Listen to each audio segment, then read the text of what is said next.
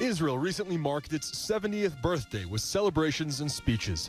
Among the reasons for the Israeli leaders to celebrate was this. We are delighted with President Trump's decision to move the embassy here. It says a simple thing. Peace must be based on truth. But why is this such a big deal? Israel has always seen Jerusalem as its capital city. Why not the rest of the world? A bit of history here.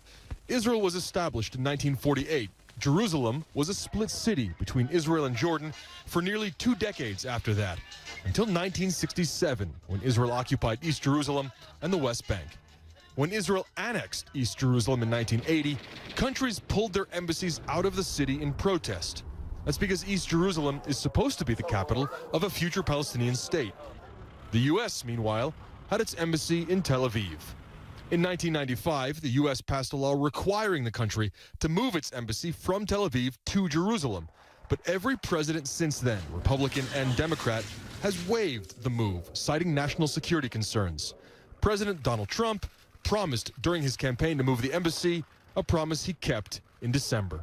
But today we finally acknowledge the obvious, that Jerusalem is Israel's capital. This is nothing more or less than a recognition of reality. So where will the new embassy be located? Right here behind me, in what's now the U.S. Office for Consular Services. This is where you'd come to renew a passport or apply for a visa. The building itself sits right next to the Green Line, which delineates East from West Jerusalem.